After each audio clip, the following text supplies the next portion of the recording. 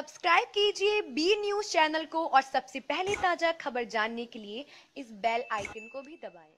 नमस्कार, मैं ब्रजेश कुमार सिंह और आप देख रहे हैं बी न्यूज। उत्तर प्रदेश के बहराइच जनपद से बड़ी खबर आ रही है। आपको बता दें कि थाना क्षेत्र फारूकपुर मदन कोठी के अंतर्गत महाराष्ट्र से मजदूरों को लेकर आ रही डीसीएम जो अनियंत्रित होकर बिजली के खंभे से टकरा गई, वहीं पलट गई, जिसमें उसमें बैठे यात्रियों 30 से 35 लोग घायल हो गए हैं। वहीं सूचना पर थाना स्थानीय द्वारा सभी को सदर अस्पताल पहुंचाया गया, जहां पर एक व्यक्ति की हालत नाजुक बनी हुई। अपर पुलिस अधीक्षक डॉक्टर क्षेत्रीय केसरगंज व प्रभारी निरीक्षक फारूकपुर देहात नगर मौके पर पहुंचे। अन्य अधिकारियों कार्रवाई की जांच की जा रही। वहीं उत्तर प्रदेश के मुख्यमंत्री योगी आदित्यनाथ जी ने जनपद बहराइच में एक सड़क दुर्घटनाओं में जो शोक संतप्त और परिजनों के प्रति अपनी संवेदनशील व्यक्त की। उन्होंने मुख्यमंत्री जी ने कहा है कि जिला प्रशासन के अधिकारियों को तत्काल मौके पर पहुंचकर पीड़िता को हर संभव राहत प्रदान करने तथा सभी घायलों को समुचित उपचार कराने का निर्देश दिया। वहीं मुख्यमंत्री ने मृतकों को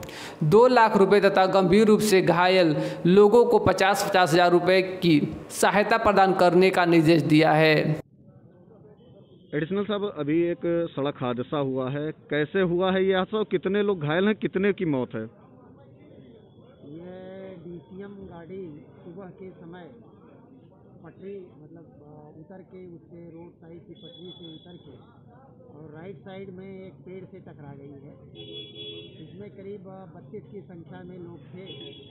तो अभी तक जो पता चला है कि मुंबई से आ रहे थे और ये अधिकांश लोग इसमें से बहराइच के ही रहने वाले हैं।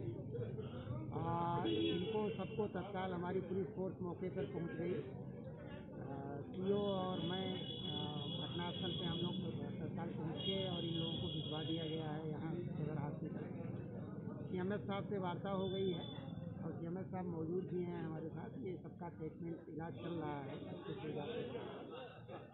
एक आदमी की पोजीशन क्रिटिकल है, उसका इलाज किया जा रहा है।